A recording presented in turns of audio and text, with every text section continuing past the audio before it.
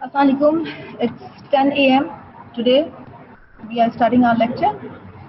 हमारा जो लेक्चर है चैप्टर 25 गाइडेंस है glomerular filtration the first step in urine formation. इसमें हम डिस्कस करेंगे कि यूरिन फॉर्मेशन के जो स्टेप्स हैं जिसमें यूरिन फॉर्म हो रहा है कौन कौन से स्टेप्स में से गुजर रहा है। Number 1, the first step in urine formation is the filtration of large amount of fluid through the glomerular capillaries into Bowman's capsule which is almost 180 litres each day. आपसे मैंने पहले भी उस दिन डिस्कस किया था जब बच्चों ने शायद उस दिन लेक्चर लिया हो, डेफिनेटली बहुत सारे बच्चों ने लिया था कि ग्लोमेरुलर फिल्ट्रेशन अगर आप उसकी शेप देखते हैं नेफ्रॉन की तो हम देखते हैं कि ग्लोमेरुलर कैपिलरीज हैं, बंच ऑफ कैपिलरीज जो कि रीनल आर्टरी से आ रही हैं। Bunch of capillaries affront bunch बन रहा है, वहां से बहुत सारा फ्लूइड जो वो फिल्टर हो रहा है और वो फिल्टर होने के बाद जा रहा है कहाँ पे, बोवेन्स कैप्सूल में। एक दिन के अंदर हम देखते हैं तो ऑलमोस्ट 180 लीटर जो फ्लूइड है वो फिल्टर हो रहा है थ्रू बोवेन्स कैप्सूल। अब जितना भी ये फ्लूइड फिल्टर हो रहा है, most of this filtrate is reabsorb leaving about 1 litre of fluid to be excreted each day. उसमें से जितना भी 180 लीटर फ्लूइड फिल्टर हो रहा है उसमें से सिर्फ 1 लीटर ऐसा होता है कि जो कि यूरिन के फॉर्म में बाहर एक्सक्रीट आउट होता है या जिसको बाहर जाया होता है वो, ठीक है। लेकिन बाकी जितना भी होता है ना 179 लीटर्स, वो सारा का सारा फ्लूइड फिल्टर होते हुए रीअब्सॉर्ब हो जाता है through kidney tubules. Venous fluid excretion may be highly variable depending upon the fluid intake. Exactly, वो डिपेंड करता है कि कितना फ्लूइड जो है वो एक्सक्रीट हो रहा है। नॉर्मली अगर आप 70 kg मेल को लेते हैं तो हम देखेंगे कि उसमें जो फ्लूइड बाहर जो एक्सक्रीट आउट हो रहा है या जितना भी वो सब्जेक्ट पानी ले रहा है वो डिपेंड करता है कि उसका इंटेक कितना है। अगर एक सब्जेक्ट बहुत ज़्यादा हाई इंटेक ऑफ फ्लूइड ले रहा है तो उसका जो यूरिन की एक्सक्रीशन का जो रेट है ना वो वेरिएबल हो जाएगा, ठीक है, वो नॉर्मल से ज़्यादा हो जाएगा। अगर कोई सब्जेक्ट जो है वो डिहाइड्रेटेड, उसे पानी ज़्यादा पीने की आदत नहीं है तो क्या हो जाएगा, उसका यूरिन का एक्सक्रीटरी रेट जो है वो कम होगा। अच्छा, ये जो ग्लोमेरुलर फिल्ट्रेशन के अंदर हम देखते हैं बहुत हाई रेट है glomerular filter 180 litres per day. It all depend कि high rate of kidney blood flow as well as the special properties of glomerular capillary membrane.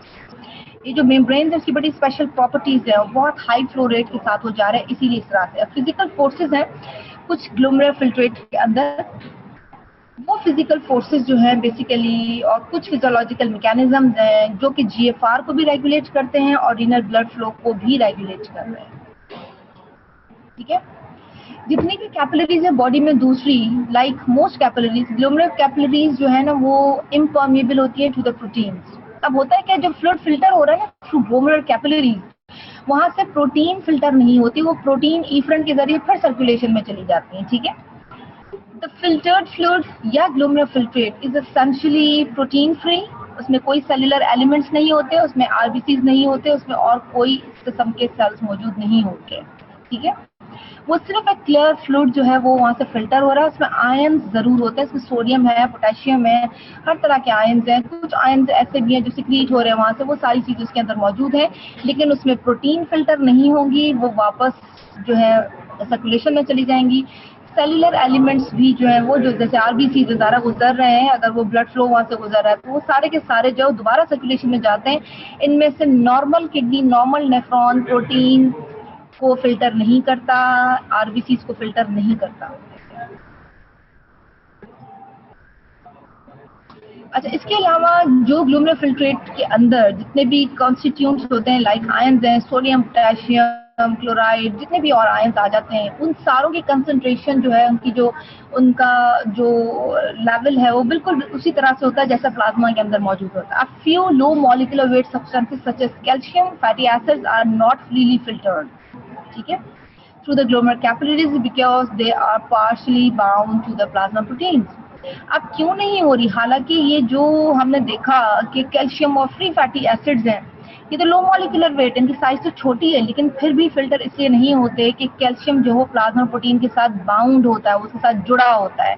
अब क्योंकि हम डिस्कस कर चुके हैं कि प्लाज्मा प्रोटीन्स जो है वो बिल्कुल भी फिल्टर नहीं हो रही, इसीलिए कैल्शियम और कुछ ऐसे fatty acids which is low molecular wait fatty acids, वो बाउंड होते हैं partially with the plasma protein, so they are not allowed to filter through these glomerular capillaries.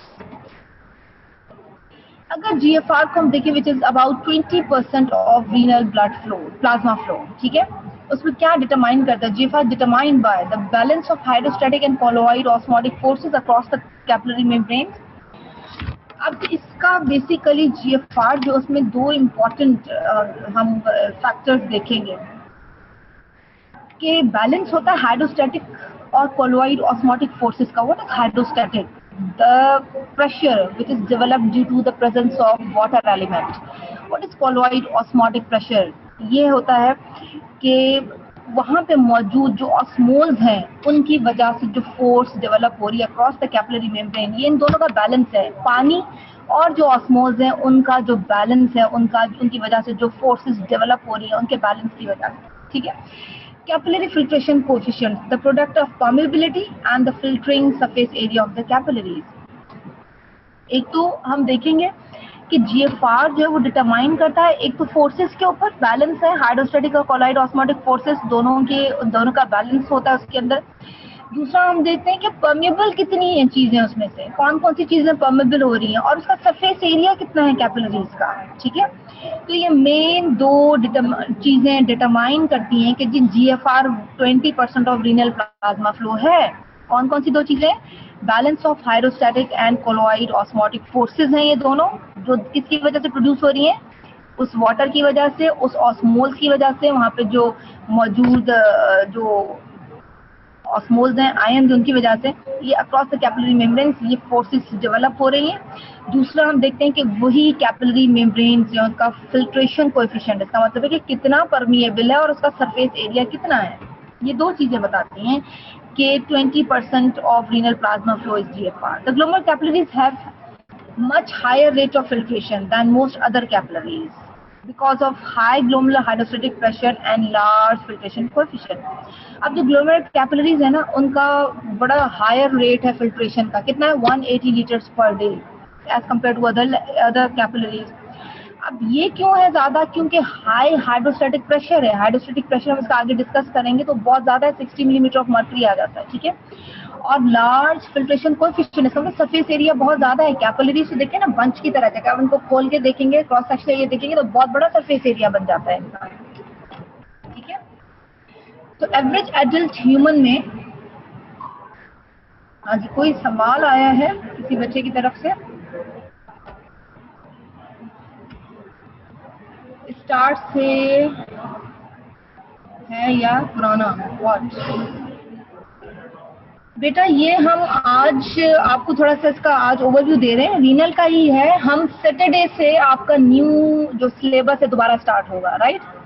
तो आज की क्लास लेना भी आप लोगों के लिए मैंडेटरी है, क्योंकि ये आप लोगों की काउंट हो रहे हैं, आवर्स काउंट हो रहे हैं। इसको आज अगर आप सुन लेंगे तो आप लोगों के लिए बड़ा बेनिफिशियल हो जाएगा जब हम दोबारा से इसको स्टार्ट करेंगे, ठीक है। सैटरडे से हमारा बेसिकली रिवीजन सेशन स्टार्ट है, विच इज 6 जून, ठीक है। तो एवरेज जो एडल्ट ह्यूमन है उसमें GFR होता है अबाउट 125 ml पर मिनट और 180 लीटर्स पर डे, ठीक है। The friction of renal plasma flow that is filtered, जिसे हम कहते हैं कि फिल्ट्रेशन फ्रिक्शन, एवरेज होती है about 0.2, which means 20% of plasma flowing through the kidneys, ठीक है। तो रीनल प्लाज्मा फ्लो जो फिल्टर कर रहा है वो 0.2% है। That means 20% of plasma flowing through the kidneys is filtered through the glomerular capillaries, ठीक है। जितना भी ये प्लाज्मा से गुजर रहा है, 20% प्लाज्मा जो है ना किडनी से जो गुजर रहा है वो ग्लोमेरुलर कैपिलरी से फिल्टर हो जाएगा।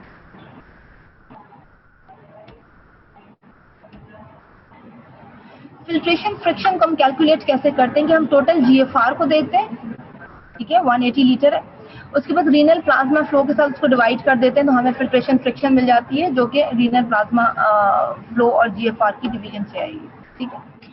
ग्लोमेरुलर कैपिलरीज जो है ना, बेसिकली हम जो बंच ऑफ कैपिलरीज की बात कर रहे हैं, मैं यहाँ पे इस डायग्राम में भी आपको दिखा देती हूँ। These are the glomerular capillaries, ठीक है। ये एफरेंट आर्ट्रियोल है, ये इफरेंट है। जो सारा रीनल आर्टरी से जितना भी फ्लूइड है ना वो फिल्टर होके यहाँ से एंटर हो जाता है, यहाँ पे ग्लोमेरुलर कैपिलरीज में चला जाता है। ग्लोमेरुलर कैपिलरीज से ये फ्लूइड फिल्टर होने के बाद प्रॉक्सिमल ट्यूब्यूल में एंटर हो जाएगा। लेकिन these glomerular capillaries are not capable of filtering the proteins and low molecular weight calcium and fatty acids, ठीक है। ये वापस जो है ये फिल्टर नहीं होगा, ये वापस इस इफ्रंट के जरिए दोबारा सर्कुलेशन में चला जाएगा, ठीक हो गया। अब हम ग्लोमेरुलर कैपिलरीज की बात करते हैं कि इनकी जो मेम्ब्रेन है वो बाकी के कैपिलरीज की तरह ही है, except it has in 3 major layers.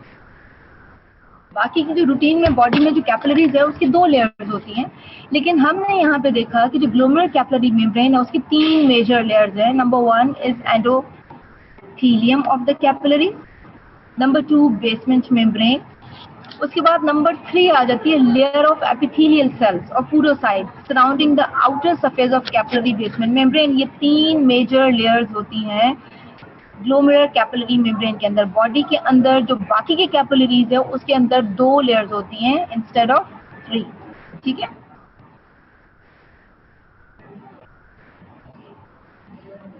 Number 1 endothelium of the capillaries, number 2 basement membrane, number 3 is layer of epithelial cells और podocytes, ये सराउंड करती है कैपिलरी बेसमेंट मेम्ब्रेन को, ठीक है। यहाँ पे अगर हम हमने इसका क्रॉस सेक्शनल एरिया करके और उसको थोड़ा सा इलेक्ट्रॉन माइक्रोस्कोप पे देखा हुआ, तो यहाँ पे हमें ये मेम्ब्रेन्स नजर आ रही है, ठीक है।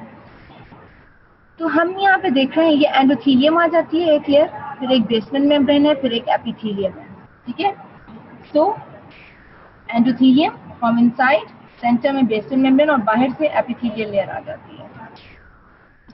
Together these layers make up the filtration barrier. ये 3 लेयर मिलके, ठीक है, ये एक फिल्ट्रेशन बैरियर बना रही है। ये यहाँ से बहुत सारी चीजों को गुजरने नहीं देती। With despite the 3 layers filters several hundred times as much water and solutes as the usual capillary membrane। ये तीनों मिलकर जो है ना बहुत सारा वाटर, सॉल्यूट्स, बहुत सारी चीजें यहाँ से फिल्टर करती हैं एज यूजुअली कैपिलरी मेम्ब्रेन जो दूसरी जो है ना वहां से 2 लेयर्स ये काम कर रही है, ये 3 मिलके ये काम कर रही हैं। हालांकि यहाँ पे बहुत हाई रेट है फिल्ट्रेशन का। Glomerular capillary membrane normally prevent करती है फिल्ट्रेशन ऑफ प्लाज्मा प्रोटीन। ये बात हम अभी पहले भी डिस्कस कर चुके हैं कि हाई रेट है, उसके बावजूद इसकी 3 लेयर मिलके जो है ये बैरियर प्रोड्यूस करती हैं ताकि प्रोटीन यहाँ से फिल्टर ना हो, ठीक है। हम सबसे पहले कैपिलरी एंडोथेलियम जो पहली लेयर है उसको डिस्कस करते हैं। हाई फिल्ट्रेशन रेट है across the glomerular capillary membrane. उसकी कुछ कैरेक्टरिस्टिक्स है, उसके कुछ खासियत है उस कैपिलरी एंडोथेलियम की जो अंदर से एक पहली लेयर आती है। कैपिलरी एंडोथेलियम जो है ना वो परफोरेटेड होती है बट 1000 स्मॉल होल्स, उसको हम फेनेस्ट्राइज कहते हैं। वो जो कैपिलरी एंडोथेलियम है ना उसमें छोटे छोटे से सुराख हैं, ये मैं दिखाती हूँ। ये एंडोथेलियम आपको नजर आ रही है यहाँ पे, ये एंडोथेलियम, ये छोटा सा सुराख है, ये छोटा सुराख है, ये भी छोटा सुराख है। तो उन्होंने बहुत छोटा सा पोर्शन आपको दिखाया है।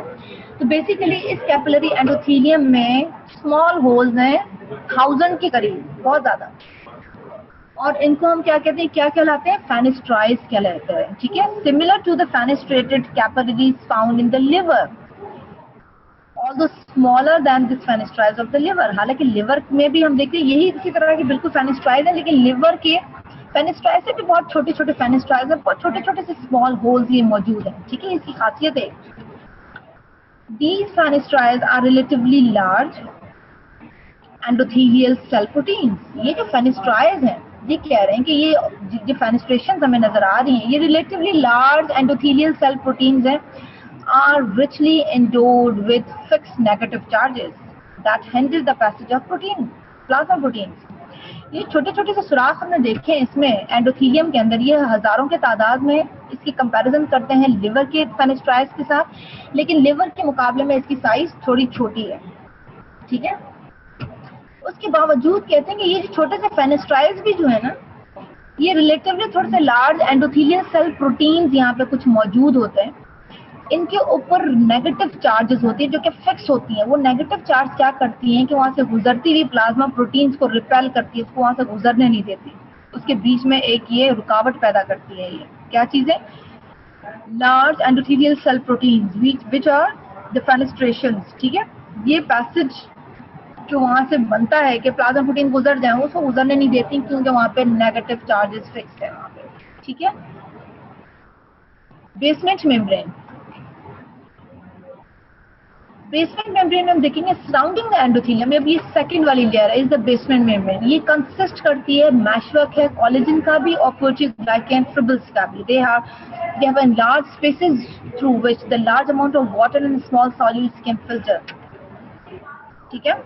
अब ये बेसमेंट मेम्ब्रेन जो है ये भी हम देखते हैं कि उसमें कोलेजन भी है, प्रोटीओग्लाइकन फिब्रिल्स भी हैं। ये क्या करती हैं कि ये लार्जर अमाउंट में जो वाटर है, सॉल्यूट्स हैं, ठीक है, ये वहां से फिल्टर कर सकते हैं। Basement membrane effectively prevents filtration of plasma protein in part because strong negative electrical charges associated with proteoglycans.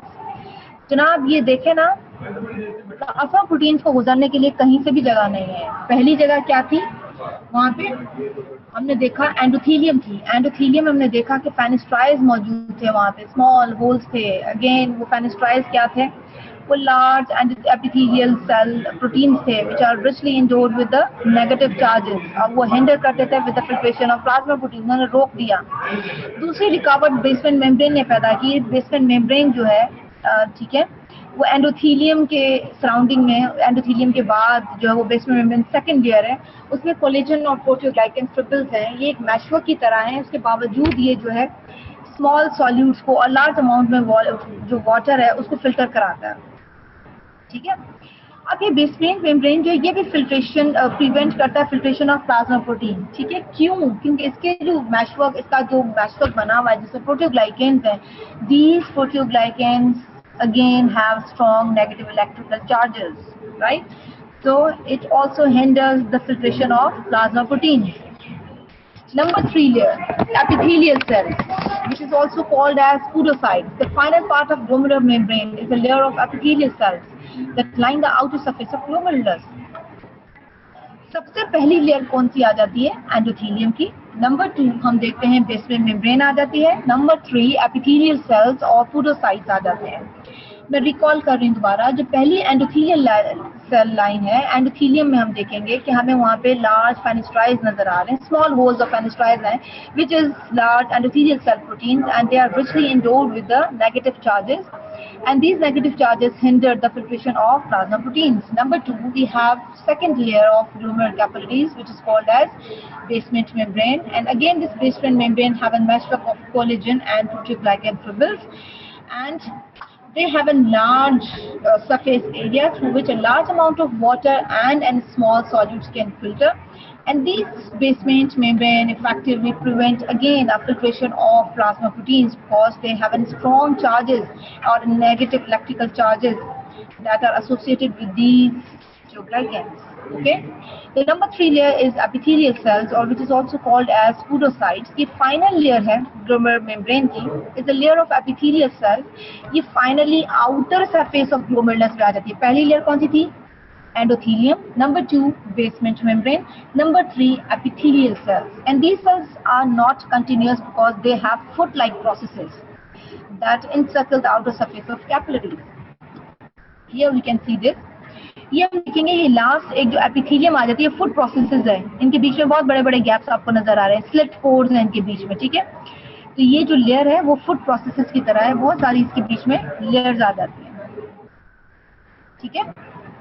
ये इंसर्कल करती है बिल्कुल ही आखिरी वाली लेयर। द फुट प्रोसेसेस जो है वो separated by gap slit pores हैं इनके बीच में, जहाँ से ग्लोमेरुलर फिल्ट्रेट जो है वो मूव करता है। एपिथेलियल सेल्स जो है ये लास्ट वाली लेयर जो जिसे हम पसुडोसाइट्स भी कहते हैं, which also have negative charges provide additional restriction through filtration of plasma protein. Finally हमने देखा कि ये तीनों ऐसी लेयर्स थी, एंडोथेलियम की, बेसमेंट मेम्ब्रेन, एपिथेलियल सेल के, फाइनली इनके जो भी स्ट्रक्चर्स थे, इन सारे स्ट्रक्चर्स में हमने देखा कि नेगेटिव चार्जेस मौजूद थी that provide and restriction to filtration of plasma proteins.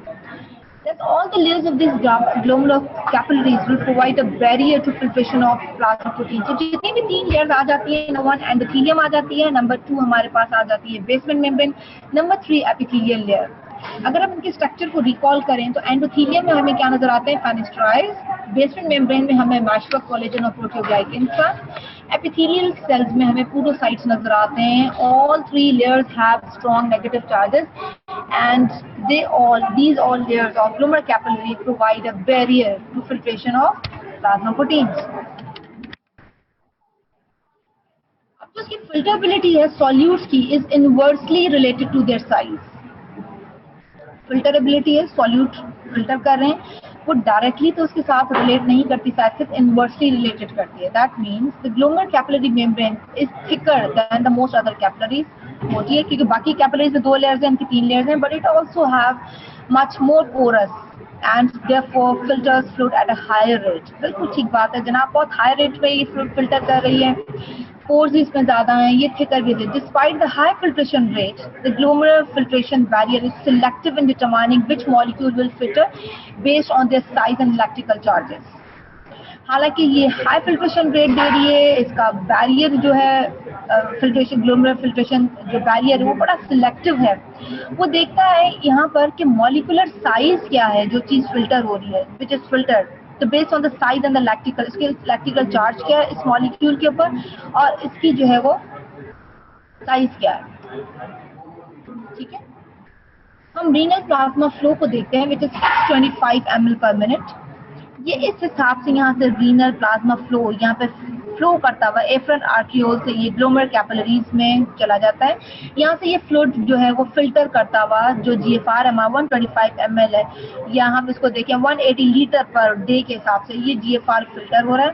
और उसके बाद रीएब्जॉर्प्शन, ये REAB ये रीएब्जॉर्प्शन है. अगर ये 125 ml पर मिनट के हिसाब से इसने GFR दिया है कि इतना फिल्टर हो रहा है, तो 125 ml पर मिनट के हिसाब से ये रीएब्जॉर्ब भी हो जाता है. जो यूरिनरी एक्सक्रीशन है वो 1 ml पर मिनट के हिसाब से. ठीक है, तो ये यूरिनरी एक्सक्रीशन आ जाती है. जो चीजें रीएब्जॉर्ब हो रही है वो रीएब्जॉर्ब होने के बाद यहाँ से ये बोमेंस कैप्सूल बना हुआ है. इस बोमेंस कैप्सूल के बाद ये प्रॉक्सिमल ट्यूब्यूल है. प्रॉक्सिमल ट्यूब्यूल के बाद नीचे हम देखते हैं कि लूप ऑफ फैनले है, और फाइनली हम देखते हैं afferent arterioles they are connected with the peritubular capillaries, और वहां से भी ये रीएब्जॉर्प्शन होकर भी ये पेरिट्यूबुलर कैपिलरीज में जाके रीनल वेन में चली जाती है, या हम जिसे कहेंगे ये सर्कुलेशन में चला जाता है ये ब्लड दोबारा से. ठीक है, a filterability of 1.0 means the substance is filtered as freely as water, whereas the filterability of 0.75 means the substance is filtered only 75% as rapidly as water. तो ये एक जो सेंटेंस आपको नजर आ रहा है, ठीक है, ये 3 लाइनें जो आपको नजर आ रही हैं, तो ये बता रही हैं कि किसी भी सब्सटेंस की फिल्टरेबिलिटी 1.0 है, दैट मीन्स ये बिल्कुल फ्रीली फिल्टर हो रहा है, गुजर रहा है ग्लोमेरुलर कैपिलरी से इनटू वुमेन्स कैप्सूल जैसे पानी गुजरता है. लेकिन अगर हम किसी सब्सटेंस की फिल्टरेबिलिटी के बारे में लिखें कि 0.75 है, that means this substance is filtered only 75% as rapidly as water. ठीक है, तो सोडियम इलेक्ट्रोलाइट्स में सोडियम है और स्मॉल ऑर्गेनिक कंपाउंड्स हैं जैसे इसमें ग्लूकोज आ जाता है, दे आर फ्रीली फिल्टर्ड. ठीक है, as the molecular weight of the molecule approaches that of albumin, the filterability rapidly decreases approaching zero. What is albumin? Albumin is again a plasma protein. तो अगर कोई ऐसा substance है जिसका molecular weight for हम देखते हैं कि अप्रोच करता है, वो पहुंचते पहुंचते एल्बुमिन जितना हो जाता है, तो इसकी फिल्टरेबिलिटी 0 हो जाती है. ठीक है, नेक्स्ट हम स्लाइड में देखेंगे कि बहुत सारे सब्सटेंसेस को हमने दिखाया हुआ है, इनकी फिल्टरेबिलिटी को दिखाया हुआ है. ठीक है, और उसके बारे में हम देखेंगे कौन से हैं सब्सटेंसेस जो फिल्टर हो रहे हैं ग्लोमेरुलर कैपिलरी से और उनके मॉलिक्यूलर वेट क्या है. ठीक है, अगर हम देखेंगे वाटर है जो, इसका मॉलिक्यूलर वेट 18 है. ठीक है, कम है, बहुत ज्यादा नहीं है. इसकी फिल्टरेबिलिटी 1.0 बहुत फ्रीली फिल्टर हो रहा है.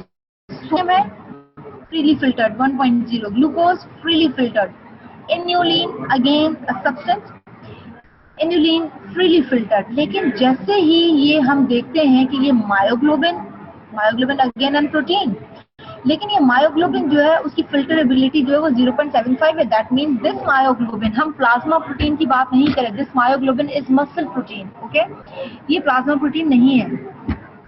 ये जैसे फिल्टर करती हुई आ रही है, ये 0.75% के हिसाब से फिल्टरेबिलिटी है इसकी, क्योंकि इसका मॉलिक्यूलर वेट अभी इस काबिल है कि ये यहाँ से गुजर सकता है, इसकी इतनी फिल्टरेबिलिटी है. लेकिन जब जैसे ही कोई भी सब्सटेंस एल्बुमिन की लेवल पे पहुंचेगा, इसकी फिल्टरेबिलिटी 0 हो जाएगी. अब यहाँ पे जब मैं फिल्टरेबिलिटी 0.005 है, विच इज इक्वल टू 0, ये फिल्टर नहीं हो रही एल्बुमिन वहां से. नॉर्मली एल्बुमिन फिल्टर नहीं होती. ठीक है, तो इसका मॉलिक्यूलर वेट 69,000 है. सिमिलरली हम और भी देखते हैं, ये एल्बुमिन है, ग्लोबुलिन है और फिब्रिनोजेन है, बहुत सारे और प्लाज्मा प्रोटीन्स हैं. They are not filtered because of this filterability. उनकी इतनी काबिलियत नहीं है, उनका मॉलिक्यूलर वेट बहुत ज्यादा है. Negatively charge large molecules are filtered less easily. एक तो नेगेटिव चार्ज है, ऊपर से लार्ज मॉलिक्यूल है, ठीक है, वो इजीली फिल्टर नहीं होते। Then positively charge molecule of equal molecular size, molecular size बेशक बड़ी हो लेकिन पॉजिटिव चार्ज है वो उधर जाते हैं, ठीक है। Molecular diameter of plasma protein albumin is only about 6 nanometer, whereas the pores of glomerular membranes are thought to be about 8 nanometer. ठीक है, अब देखें इसकी साइज 6 नैनोमीटर है प्लाज्मा प्रोटीन एल्बुमिन की, जबकि वहां से उसकी पोर की साइज जो है वो 8 नैनोमीटर है, तो उसको गुजरना चाहिए था, लेकिन रिस्ट्रिक्टेड है ये, क्यों? Because of this negative charge and the electrostatic repulsion exerted by the negative charges of glomerular capillary walls, which is proteoglycans. हमने जिक्र किया था कि जो basement membrane है, which is made up of a meshwork of proteoglycans and meshwork है ये, तो वो सारा जो है उसको गुजरने नहीं देता, ठीक है। डेक्स्ट्रॉन्स, हम देखेंगे डेक्स्ट्रॉन्स भी है, उनकी पॉलीसेक्राइड्स हैं ये डेक्स्ट्रॉन्स को, ये मैन्युफैक्चर होते हैं एज ए न्यूट्रल मॉलिक्यूलर और विथ नेगेटिव और पॉजिटिव चार्जेस। इनके जो मॉलिक्यूल्स हैं वो कुछ नेगेटिव है, कुछ पॉजिटिव चार्जेस हैं, ठीक है। ये न्यूट्रल मॉलिक्यूल्स होते हैं इसके डेक्स्ट्रॉन के, which are polysaccharides. Only given a molecular radius, positively charged molecules are filtered much more rapidly than the negatively charged molecules. तो अगर ये जो डेक्स्ट्रॉन्स हैं जो पॉलीसेक्राइड हैं, जो कि मैन्युफैक्चर ही हो रहे हैं एज ए न्यूट्रल मॉलिक्यूल, लेकिन इसमें कहीं पे नेगेटिव चार्ज भी है, पॉजिटिव चार्ज भी है, लेकिन ये कह रहा है कि जो वो मॉलिक्यूलर रेडियस किसी भी उसपे for any given molecular radius, चाहे छोटा हो या बड़ा हो, अगर पॉजिटिव चार्ज है ये फिल्टर कर जाएगा, नेगेटिव चार्ज ये फिल्टर नहीं करेगा, ठीक है। ये इफेक्टिव मॉलिक्यूलर रेडियस है, ये न्यूट्रल डेक्स्ट्रॉन्स है, इसकी फिल्टरेबिलिटी हम देखते हैं कितनी है, ये आसानी से 1.0 के हिसाब से। ये पोली केटायन है, केटायन वर्ड हम यूज करते हैं पॉजिटिव चार्ज के लिए, ठीक है, एनायन हम यूज करते हैं नेगेटिव चार्ज के लिए। तो ये जो पोली केटायनिक डेक्स्ट्रॉन्स है इनकी filterability as rapidly as water, but once these poly anionic और negative dextrans are filtered, they are less freely filtered, ठीक है, ये लेस फिल्टरेबिलिटी है इनकी 0.5 या 0.6 तक, ठीक है। Neutral dextrons filtered more rapidly than negative dextrons of equal molecular size. Reason क्या है इसकी? Again, negative charges हैं बेसमेंट मेम्ब्रेन के परपोडोसाइट्स के ऊपर, ये सारी की सारी जो है ये प्लाज्मा प्रोटीन के लिए रिस्ट्रिक्शन प्रोड्यूस करते हैं, ठीक है। किडनी डिजीजेस में क्या होता है, in certain kidney diseases negative charges of the basement membrane are lost even before there are noticeable changes in the kidney histology. इस कंडीशन को हम क्या कहते हैं, मिनिमल चेंज नेफ्रोपैथी, ठीक है। मिनिमल चेंज नेफ्रोपैथी क्या है कि फॉर एग्जांपल ये कैसे होती है, हो सकता है कोई ऑटो इम्यून डिसऑर्डर हो गया किसी सब्जेक्ट को, उस ऑटो इम्यूनिटी की वजह से। ऑटो इम्यूनिटी क्या होती है कि किसी भी सब्जेक्ट के अंदर उसी की बॉडी के सेल उसी के खिलाफ हो जाए। तो होता है क्या इस ऑटो इम्यूनिटी में कि यही अगर बॉडी अपने ही खिलाफ लड़ना शुरू कर दे किसी ऑटो इम्यूनिटी की वजह से, तो उसमें होता क्या है कि जो मेम्ब्रेन है, ग्लोमेरुलर कैपिलरी की मेम्ब्रेन है, उसके नेगेटिव चार्जेस जो है वो खत्म होना शुरू हो जाते हैं। जब इसके नेगेटिव चार्जेस खत्म होना शुरू हो जाएंगी, like here in certain kidney diseases, negative charges of the basement membrane are lost even before there are noticeable change in the kidney histology. आपको पता ही नहीं चलता किसी सब्जेक्ट के अंदर कि उसकी हिस्टोलॉजी में कोई चेंज आ जाए, तो नेगेटिव चार्जेस पहले खत्म हो जाती हैं, फिर प्रोटीन उसमें से निकलना शुरू हो जाती है, यूरिन में प्रोटीन आना शुरू हो जाती है। और किसी सब्जेक्ट को कैसे पता चलता है, अगर वो एडल्ट है या वो छोटा बच्चा भी है, तो अगर छोटा बच्चा तो उसके पेरेंट्स नोट करते हैं कि जब वो बच्चा यूरिन पास करता है तो वो बहुत झाग बन जाती है उसके अंदर। कोई एडल्ट नोटिस करता है तो वो ये नोटिस करता है कि जब वो यूरिन पास कर रहा है तो बहुत सारा झाग बनना जाता है, वाइट ऊपर से कफ आना शुरू हो जाता है। यहाँ पे ये डॉक्टर के पास जाना शुरू होता है, वो कहता है, सब्जेक्ट कंप्लेन करता है कि जब मैं यूरिन पास करता हूँ तो मेरे यूरिन में जो है वो बहुत सारी झाग बन गई है। Here the point from where the subject is investigated for urine complete, for any renal pathology, और उन सारी चीजों के लिए इसको देखते। तो ये मिनिमल चेंज इन नेफ्रोपैथी है, बेसिकली बहुत मिनिमल चेंज आई है जिसमें किडनी हिस्टोलॉजी में भी चेंज नहीं आई, लेकिन नेगेटिव चार्जेस जो है वो उसकी शुरू हो गए। The cause of this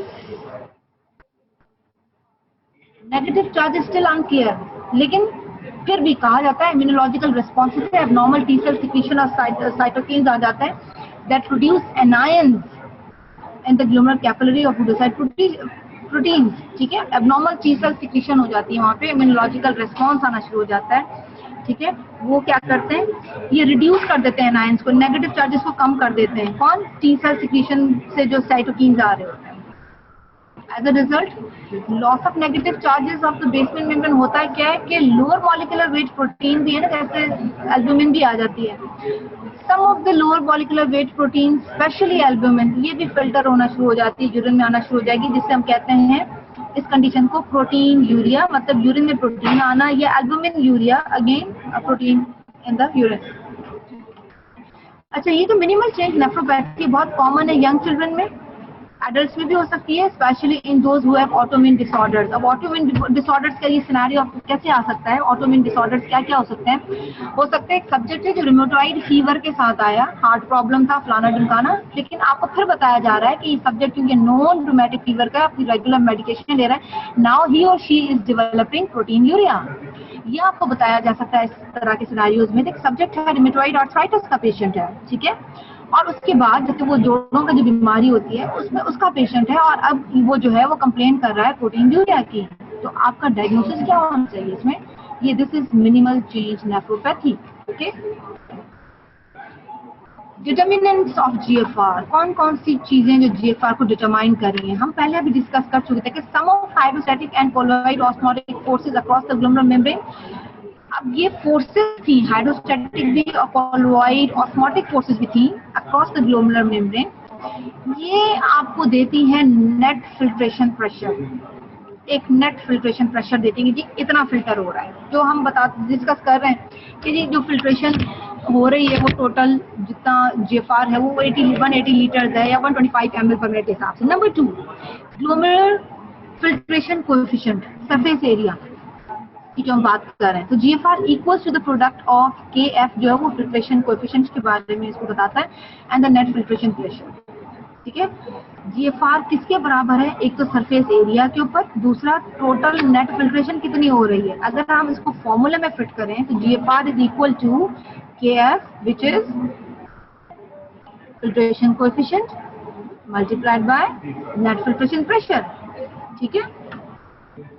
net filtration pressure जो है वो चीज क्या है, ये प्रेजेंट करती है सम of hydrostatic and colloid osmotic forces. अब वो फोर्सेस या तो फेवर करती हैं फिल्ट्रेशन हो थ्रू कैपिलरीज, और या अपोज करती हैं इन्हीं फिल्ट्रेशन को अक्रॉस द ग्लोमेरुलर कैपिलरीज। अब इन फोर्सेस में हमें कौन कौन सी फोर्सेस नजर आती हैं, हाइड्रोस्टैटिक प्रेशर है इनसाइड द ग्लोमेरुलर कैपिलरीज, या ग्लोमेरुलर हाइड्रोस्टैटिक प्रेशर है जिसे पी और जी भी कहा जाता है, ठीक है।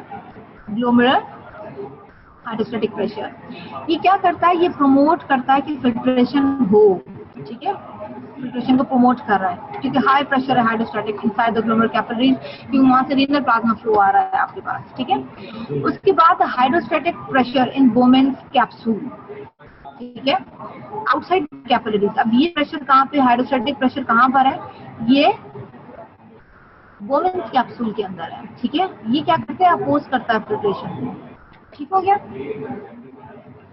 लेकिन हम देखेंगे क्योंकि हाइड्रोस्टैटिक प्रेशर जो ग्लोमेरुलर कैपिलरीज का है वो बहुत ज्यादा होता है एज अ नंबर, हम प्रेशर में देखेंगे, इसीलिए फिल्ट्रेशन ये करवा रहा है। उसके बाद कोलॉइड ऑस्मोटिक प्रेशर है of glomerular capillary plasma protein. उसके अलावा ग्लोमेरुलर कैपिलरीज में हम देखते हैं कि वहां पे प्लाज्मा प्रोटीन्स हैं ग्लोमेरुलर कैपिलरीज में, ठीक है। अब ग्लोमेरुलर कैपिलरी में जो प्लाज्मा प्रोटीन्स हैं, जो ऑस्मोल्स हैं सारे, वो क्या कोलॉइड ऑस्मोटिक प्रेशर वो क्या करवा रहे हैं, ये अपोज करवा रहे हैं फिल्ट्रेशन को। क्यों करवा रहे हैं जनाब, क्योंकि वो रिपेल करता है अपनी तरफ प्रेशर को, वो फिल्ट्रेशन को अपोज करेगा। उसमें कोलॉइड ऑस्मोटिक प्रेशर है of proteins in the Bowman's capsule which promotes the filtration। अब वुमेन्स कैप्सूल के अंदर हम देखेंगे कि वहां पर भी प्रोटीन्स का एक प्रेशर मौजूद है which is called as pressure, हालांकि वो बिल्कुल जीरो के बराबर है, 0.005 हमने देखा था filterability which is equal to zero. So वो प्रमोट कर रही है फिल्ट्रेशन। तो आपको ये चार फोर्सेज हैं ये याद करनी है कि ग्लोमेरुलर कैपिलरीज के अंदर दो फोर्सेज हैं, hydrostatic pressure inside the glomerular capillaries which promote the filtration, और उसके बाद कोलॉइड ऑस्मोटिक प्रेशर है ऊपर ही ग्लोमेरुलर कैपिलरीज में, ये अपोज कर रहा है फिल्ट्रेशन को। तो दो फोर्सेज ऐसी हैं जो ग्लोमेरुलर कैपिलरीज में एक प्रमोट करती है, एक अपोज करती है। सिमिलरली वुमेन्स कैप्सूल में भी दो जो हैं वो प्रेशर्स हैं, फोर्सेज हैं, हाइड्रोस्टैटिक प्रेशर और उसके बाद दूसरी जो है वो कोलॉइड ऑस्मोटिक फोर्सेज है जो कि वुमेन्स कैप्सूल में मौजूद है और ये अपोज कर रही है, फेवर और अपोज कर रही है। सो ग्लोमेरुलर कैपिलरीज में जो फोर्सेस प्रमोट कर रही है वो हाइड्रोस्टैटिक प्रेशर है, ग्लोमेरुलर कैपिलरी में जो फोर्स अपोज कर रही है वो कोलॉइड ऑस्मोटिक प्रेशर है ऑफ कैपिलरी प्लाज्मा प्रोटीन्स।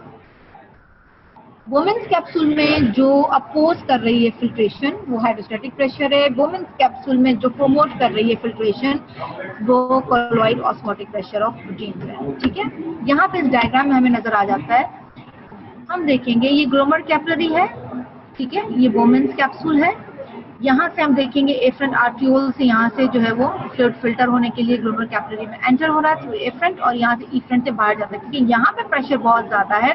तो ग्लोमेरुलर हाइड्रोस्टैटिक प्रेशर जो है वो कितना होता है 60 मिलीमीटर ऑफ मर्करी। यहाँ पे glomerular colloid osmotic pressure plasma proteins और ऑस्मोस की वजह से जो सारा है वो है 32।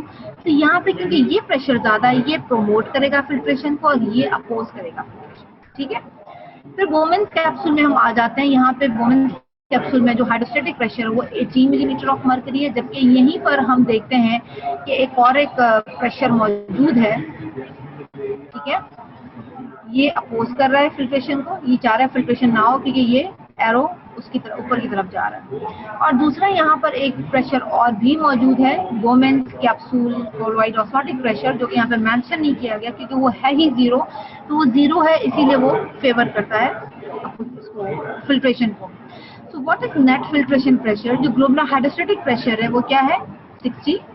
फिर हमने देखा उसमें से हम निकाल देंगे वुमेन्स कैप्सूल का प्रेशर 18, उसमें से हम निकाल देंगे ग्लोमेरुलर ऑन्कोटिक प्रेशर भी इसे कहा जाता है वैसे, और कोलॉइड ऑस्मोटिक प्रेशर भी कहा जाता है विच इज 32। हम 60 में से 18 माइनस करेंगे, फिर 32 माइनस करेंगे, तो we have left 10 millimeter of mercury. तो ये हमारा नेट फिल्ट्रेशन प्रेशर है, टोटल फिल्ट्रेशन प्रेशर हमारा ये होता है, ठीक है। Under normal condition concentration of protein in the glomerular filtrate is so low that the colloid osmotic pressure of women's capsule fluid is considered to be zero। ये जो बात मैं आपको बता चुकी हूँ, नॉर्मल कंडीशन में ग्लोमेरुलर फिल्ट्रेट में इस हद तक कम होता है, फिल्टरेबिलिटी की हम देख चुके हैं पहले ही कि 0.005 है।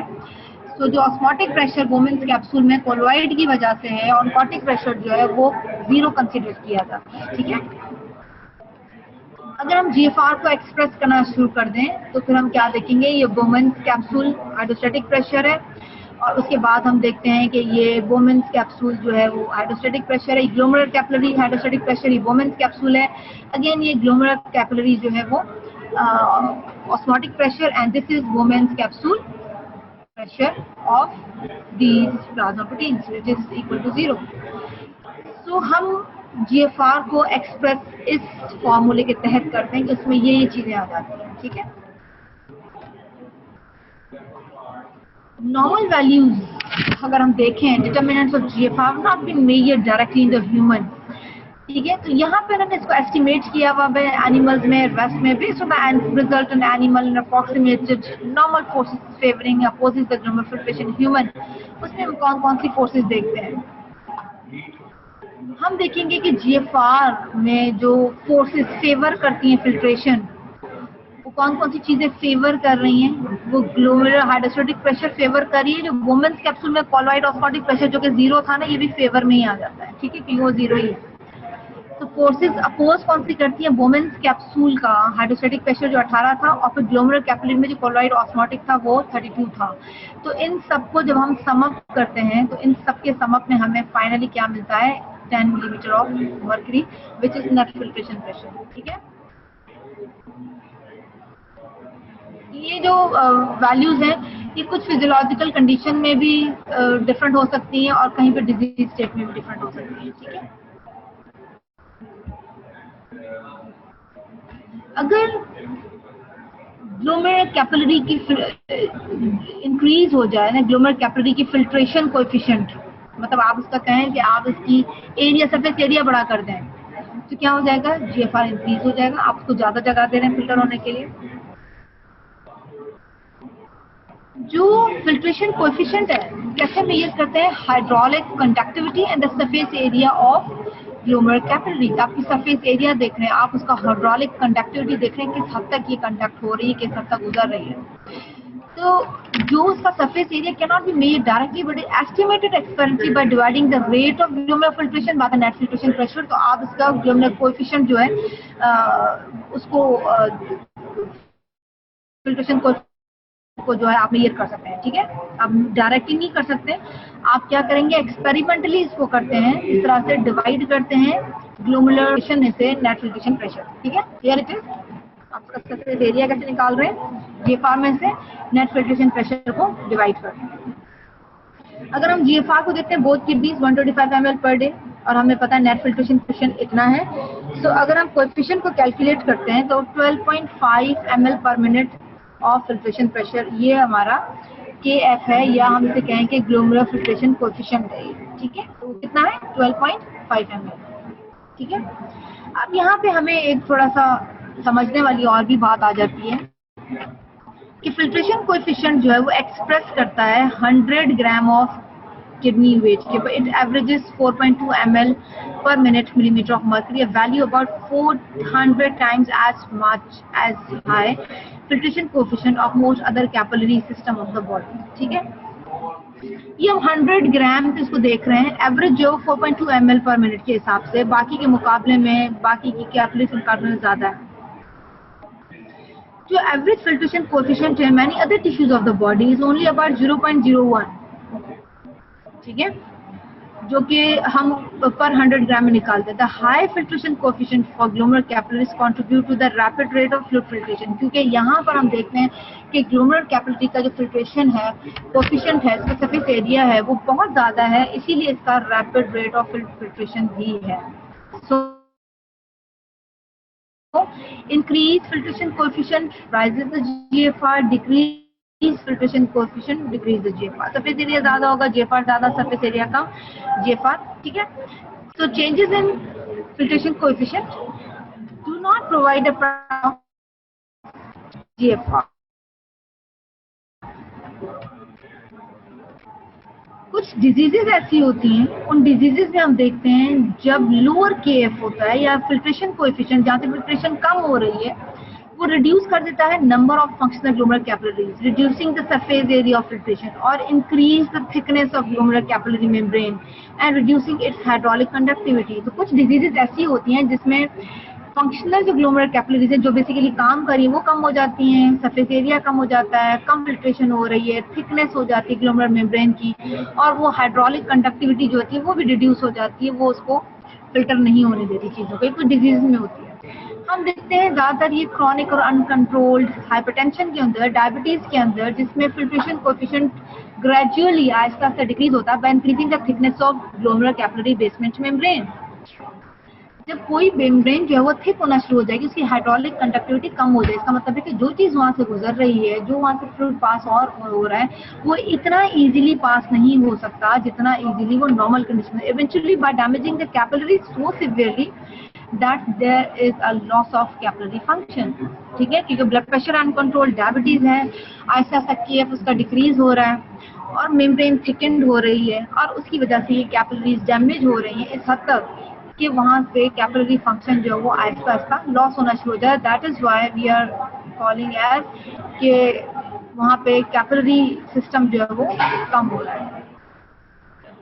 अच्छा, increase Bowman's capsule hydrostatic pressure decreases GFR। अगर वुमेन्स कैप्सूल में हाइड्रोस्टैटिक प्रेशर ज्यादा हो जाए, वो भी GFR को कम कर देगा। यहाँ पर भी इन्होंने एक एक्सपेरिमेंट किया और एक माइक्रोपिपेट ली, हाइड्रोस्टैटिक प्रेशर वुमेन्स कैप्सूल का देखा है, different points on the proximal tubule, experimental animal में। उन्होंने सजेस्ट किया कि वुमेन्स कैप्सूल का जो प्रेशर है humans and under normal condition 18 millimetre of mercury है। अगर इसका प्रेशर ज्यादा कर दिया जाए 18 से ज्यादा, that leads to decrease in GFR, whereas decreasing this pressure raises the GFR। ठीक है, अगर बोमेंस कैप्सूल की प्रेशर चेंज आती है, normally do not serve as an primary means of regulating the GFR। ये कोई मेन इशू नहीं है कि बोमेंस कैप्सूल के प्रेशर की वजह से, वो कोई प्राइमरी रीजन नहीं है। प्राइमरी रीजन या बेसिक रीजन नेफ्रॉन में कहीं और आई होगी। ठीक है, लेकिन बोमेंस कैप्सूल के अंदर अगर आप देखें कि प्रेशर को आप इंक्रीज कर देते हैं, ठीक है, अगर वहां पे हाइड्रोस्टैटिक प्रेशर ज्यादा हो जाता है, नॉर्मली 18 है, 18 से ज्यादा हो जाएगा, तो ऊपर से जो फिल्टर हो रहा है ना ग्लोमेरुलर कैपिलरी से फ्लूइड, वो फिल्टर नहीं हो सकेगा। Here we can see यहाँ पे 18 है, लेकिन इसको अगर 18 से ज्यादा कर देते हैं तो ये क्या है, ये प्रेशर एक्सर्ट करेगा और यहाँ से फिल्ट्रेशन को नीचे नहीं आ सकेगा। So that leads to decrease in GFR. कुछ पैथोलॉजिकल स्टेट्स हैं associated with an obstruction of urinary tract. Bowman capsule में प्रेशर इंक्रीज हो जाता है, that leads to serious reduce in GFR। क्या हो सकती है, हो सकता है कि कहीं पर जो है वो स्टोन हो गया हो, प्रेसिपिटेशन हो गई हो, जमा हो गया हो calcium uric acid, that leads to stone, और वो यूरिनरी ट्रैक्ट के अंदर कहीं पे लॉज हो गया हो, कहीं पे आके रुक गया हो सकता है यूरेटर में रुक गया हो। देखिए किडनी का काम क्या है कि बहुत लार्ज अमाउंट में फ्लूइड फिल्टर करके उसने किडनी से गुजार के यूरिटर से उसने ब्लडर में डालना है, पानी को या यूरिन को डालना है। अगर यूरिनरी ट्रैक्ट के, इस पूरे ट्रैक्ट के अंदर हम देखें कि कहीं पे अगर यूरेटर के अंदर स्टोन लॉज हो गया है, इस यूरिनरी ट्रैक्ट के अंदर यूरेटर ब्लॉक हो गया है, तो होगा क्या, ऑब्स्ट्रक्शन हो जाएगी। जो ऊपर से फ्लूइड आ रहा है वो नीचे की तरफ नहीं आ सकेगा, तो क्या हो जाएगा, फ्लूइड आहिस्ता आहिस्ता आहिस्ता जमा होना शुरू हो जाएगा और वुमेन्स कैप्सूल में प्रेशर इंक्रीज हो जाएगा। ठीक है, जिसे हम कहते हैं obstructing the outflow of urinary tract. ठीक है, इस सिचुएशन में GFR डिक्रीज हो जाएगा, ऊपर से फ्लूइड फिल्टर नहीं हो सकेगा क्योंकि नीचे जाने की जगह ही नहीं है। यूरिनरी ब्लडर से पहले यूरेटर में कहीं पे पत्थर आके फंस गया है, जब पत्थर फंस गया है तो क्या हो जाएगा, ऊपर से यूरिन नीचे नहीं आ सके, इवेंचुअली दैट कॉजेज हाइड्रोनेफ्रोसिस। तो इसमें क्या हो सकता है कि सब्जेक्ट का जो गुर्दा है उसमें पानी जमा हो गया, कहते हैं नहीं गुर्दों में पानी जमा गया, व्हाट इज दिस, गुर्दों में पानी जमा हो गया, this is hydronephrosis, and this hydronephrosis is basically due to any obstruction in the tract.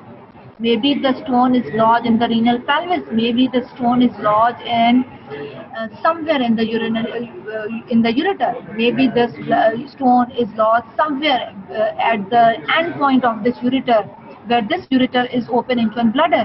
तो क्या हो जाएगा, ऊपर सारा का सारा यूरिन जमा होना शुरू हो जाएगा, गुर्दा फूल जाएगा, and here it can lead to distension and dilation of the renal pelvis and calyces। तो पूरा गुर्दा जो है उससे पानी जमा होना शुरू हो जाएगा and can damage or even destroy the kidney unless the obstruction is relieved। तो इसके लिए बहुत जरूरी है कि अगर स्टोन है कहीं पर गुर्दे के अंदर कहीं पर भी, तो उसको रिमूव किया जाए। अगर वो स्टोन जो है वो हाइड्रोनेफ्रोसिस करा रहा है तो फाइनली वो हाइड्रोनेफ्रोसिस क्या कराएगा, वो हाइड्रोनेफ्रोसिस जो है वो गुर्दे को खराब कर देगा, डैमेज करेगा, नेफ्रॉन्स को हद तक खराब करेगा।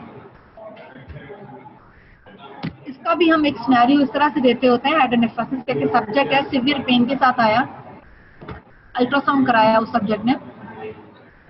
अल्ट्रासाउंड कराने के बाद जो है उसको पता चला कि उसका जो है वो स्टोन आया है, या एक्सरे कराया, एक्सरे में जो है वो यूरिनरी ट्रैक्ट में कहीं स्टोन आया है। ठीक है, और अल्ट्रासाउंड ने शो किया distension of dilation of renal pelvis and calyces. What is the diagnosis?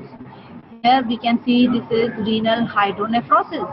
ठीक है, इसकी पैथोलॉजी क्या हो सकती है कि इसने ऑब्स्ट्रक्शन प्रोड्यूस किया, उस ऑब्स्ट्रक्शन की वजह से हाइड्रोनेफ्रोसिस कॉज हुआ है। ठीक है, increase glomerular capillary colloid osmotic pressure decreases the GFR। अगर glomerular capillary colloid osmotic pressure जो है वो ज्यादा हो जाए, क्या हो जाएगा, GFR कम हो जाएगा। As blood passes from the afferent arteriole through the glomerular capillaries to the efferent, the plasma protein concentration increases about 20%. The reason for this increase is that about 1/5 of the fluid in the capillary filters into the woman's capsule, thereby concentrating the glomerular proteins that cannot be filtered। लेकिन efferent से fluid filter होकर glomerular capillary में आ रहा है, वहाँ पे protein सारी जमा होती जा रही है, वो प्रोटीन आगे इफेंट में चली जाएगी, तो 20% जो है वहाँ पे प्रोटीन जमा हो रही है, ठीक है। Assuming normal colloid osmotic pressure जो है, जो प्लाज्मा प्रोटीन्स की वजह से जो ग्लोमेरुलर कैपिलरी में एंटर हो रहा है वो 28 है, and this value rises about 36 by the time the blood reaches the efferent of this capillaries. दो फैक्टर हैं कि वो इन्फ्लुएंस करते हैं ग्लोमेरुलर कैपिलरी ऑस्मोटिक प्रेशर को, ठीक है।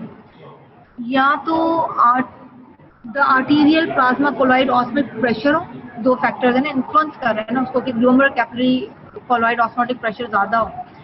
Arterial plasma colloid osmotic pressure number 1, और दूसरा friction of plasma filtered by the glomerular capillaries, filtration friction, ये दो चीजें उसको इन्फ्लुएंस कर रही हैं। अगर increasing arterial plasma colloid osmotic pressure raises the glomerular capillary hydrostatic pressure, turn decreases the GFR, ठीक है। अगर प्लाज्मा ग्लोमेरुलर कैपिलरी के अंदर प्लाज्मा कोलॉइड ऑस्मोटिक प्रेशर ज्यादा हो जाएगा, तो हमने पहले क्या डिस्कस किया था, ये अपोज करता है फिल्ट्रेशन को ना।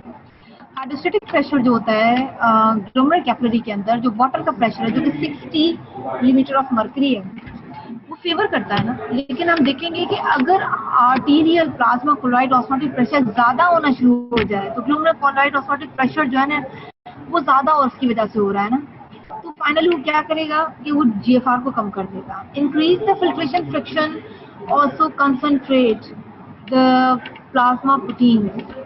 अगर हम जो बात करें ना increase arterial plasma colloid osmotic pressure rises, हम कह रहे हैं कि फिल्ट्रेशन फ्रिक्शन ज्यादा हो गई है। अगर ज्यादा फ्लूइड गुजर रहा है, ज्यादा वहां से प्रेशर के साथ जा रहा है, तो क्या हो जाएगा, ज्यादा प्रोटीन जमा हो जाएगी। ज्यादा प्रोटीन जमा होकर ग्लोमेरुलर कैपिलरीज के अंदर अगर उसका प्रेशर ज्यादा हो गया तो जीएफआर कम हो जाएगा। Filtration friction is defined as the GFR divided by renal plasma flow. The filtration fraction can be increased either by rising the GFR or by reducing the renal plasma. Filtration fraction जो है वो increase कैसे हो रही है, अगर GFR ज़्यादा हो जाएगी तो ज़्यादा हो जाएगी, और by reducing the renal plasma flow तब भी क्या हो जाएगा, filtration fraction उसकी ज़्यादा हो जाएगी। ये फिल्ट्रेशन फ्रिक्शन है distance along the glomerular capillaries हमें बताया जा रहा है, ये नॉर्मल आ रहा है यहाँ पर, और उसके अलावा ये फिल्ट्रेशन फ्रिक्शन यहाँ पे डिक्रीज हो रही है टूवर्ड्स द एंड ऑफ इफेंट, ठीक है। और यहाँ पे हम देख रहे हैं यहाँ पे फिल्ट्रेशन फ्रिक्शन अगर ज्यादा हो जाएगी तो ग्लोमेरुलर कोलॉइड ऑस्मोटिक प्रेशर जो है वो ज्यादा होना शुरू हो जाएगा। लेकिन हमने देखा कि अगर ये फिल्ट्रेशन फ्रिक्शन जो है वो कम हो जाएगी तो ग्लोमेरुलर कोलॉइड ऑस्मोटिक प्रेशर जो है वो डिक्रीज हो जाएगा।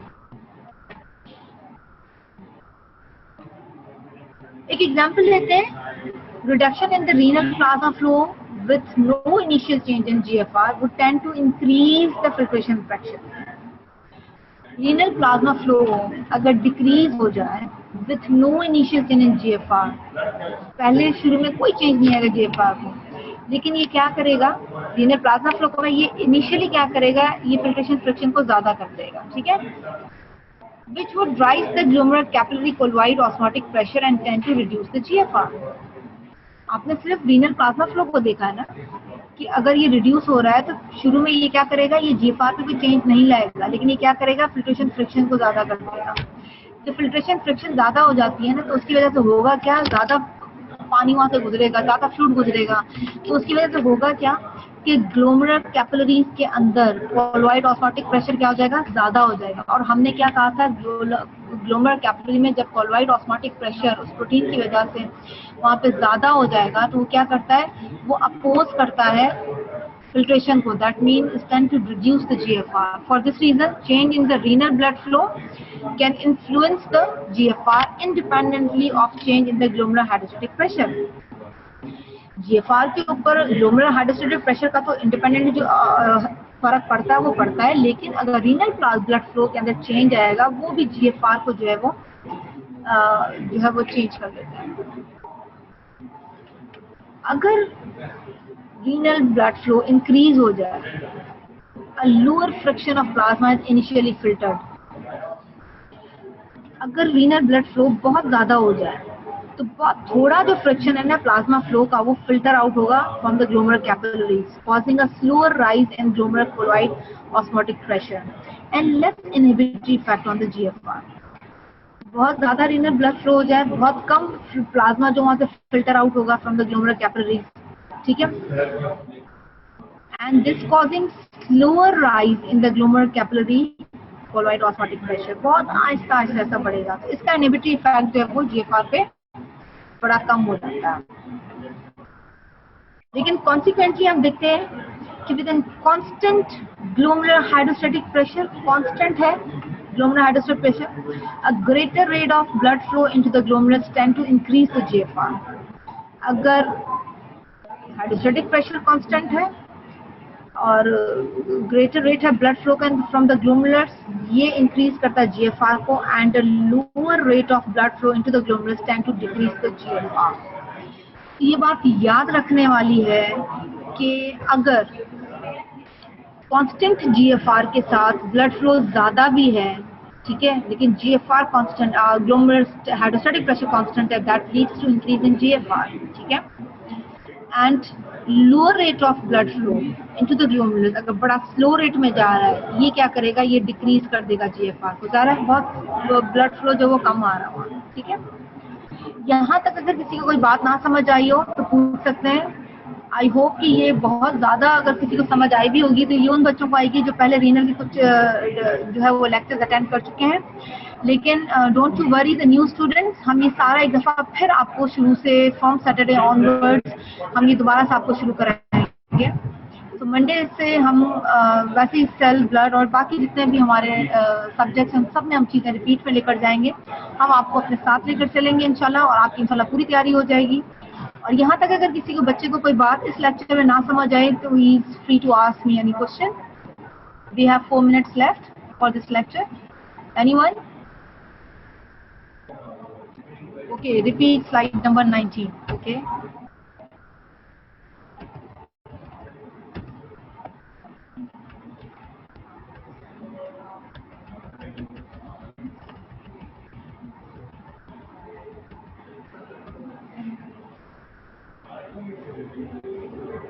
ओके, ये इस स्लाइड की आप बात करें, हम यहाँ पे ये आपको डिस्कस कर रहे हैं कि रीनल प्लाज्मा फ्लो, या जिसे हम कहते हैं कि जो फ्लूइड या जो अमाउंट किडनी से फिल्टर होना है, ठीक है, वो हम कहते हैं रीनल का प्लाज्मा फ्लो, वो यहाँ से एंटर हो जाता है इनटू एन एफरेंट आर्टरियोल्स। ये सारा का सारा फ्लूइड एफरेंट आर्टरी, ये एक नेफ्रॉन की हम बात करें, we have a lot of nephrons in the both kidneys, okay. When we are talking about this GFR, this reabsorption, we are talking about the whole both kidneys, okay.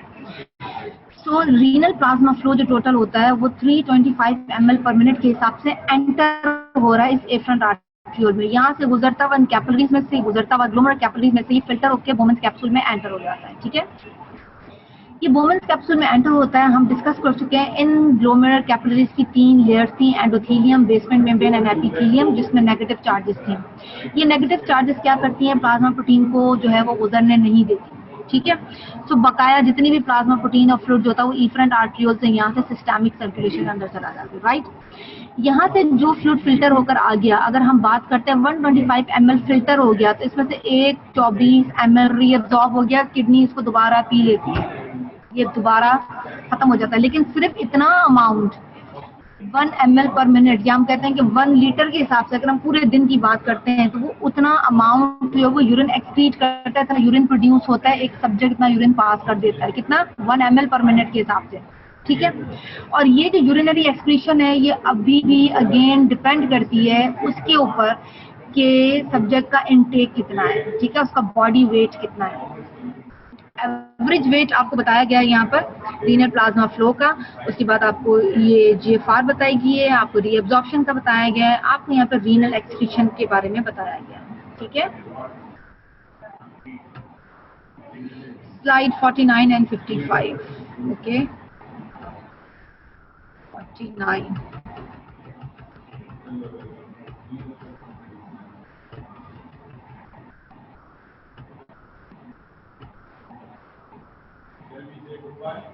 कुछ pathological states और conditions ऐसी होती हैं associate करती है जिसमें urinary tract की obstruction हो जाती है। यूरिनरी ट्रैक्ट का मतलब ये है कि किडनी, ब्लडर और यूरेटर के अंदर, ठीक है।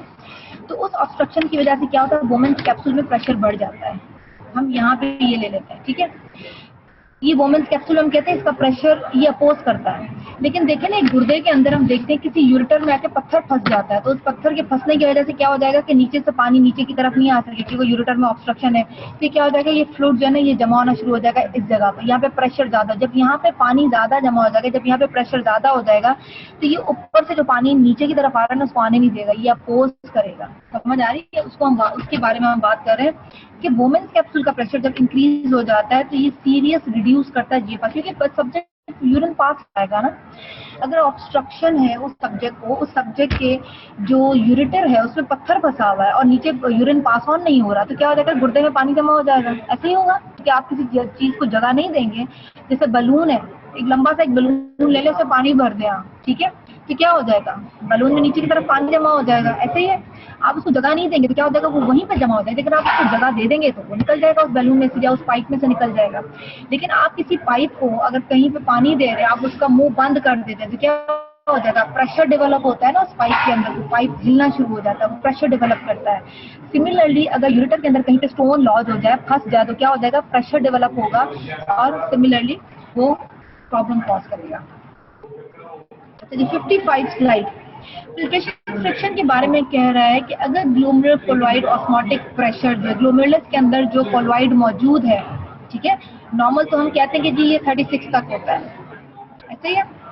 लेकिन अगर फिल्ट्रेशन फ्रिक्शन बढ़ा दें हम उसकी, ठीक है, फिल्ट्रेशन फ्रिक्शन को बढ़ा दें, ज्यादा वहां से ब्लड को गुजारें, ब्लड फ्लो को बहुत ज्यादा कर दें, ठीक है, तो क्या हो जाएगा, उसका कोलॉइड ऑस्मोटिक प्रेशर ज्यादा हो जाएगा। जब वो ज्यादा हो जाएगा तो वो क्या काम करता है, वो फिल्ट्रेशन नहीं होने देता, ठीक है। हाइड्रोस्टेटिक प्रेशर जो ग्लोमेरुलस के अंदर था वो 60 था और ये कितना था 36, तो 60 अपना काम ज्यादा करेगा ना। लेकिन जब आप उस 36 को ऊपर की तरफ लेकर जाएंगे तो वो क्या करेगा, अपोज करेगा और वो फिल्ट्रेशन नहीं होने देगा। सिमिलरली जब फिल्ट्रेशन फ्रिक्शन कम हो जाती है तो कोलॉइड ऑस्मोटिक प्रेशर जो है वो कम हो जाता है, ठीक है। वो तो कुछ समझ आ गया होगा आप लोगों को, ठीक है। इंशाल्लाह we are same lectures, repeating lectures from Monday onwards, और सैटरडे से वैसे आप लोगों का ये स्टार्ट हो गया है, ठीक है। Hope you are doing well in the weekend. अल्लाह हाफिज।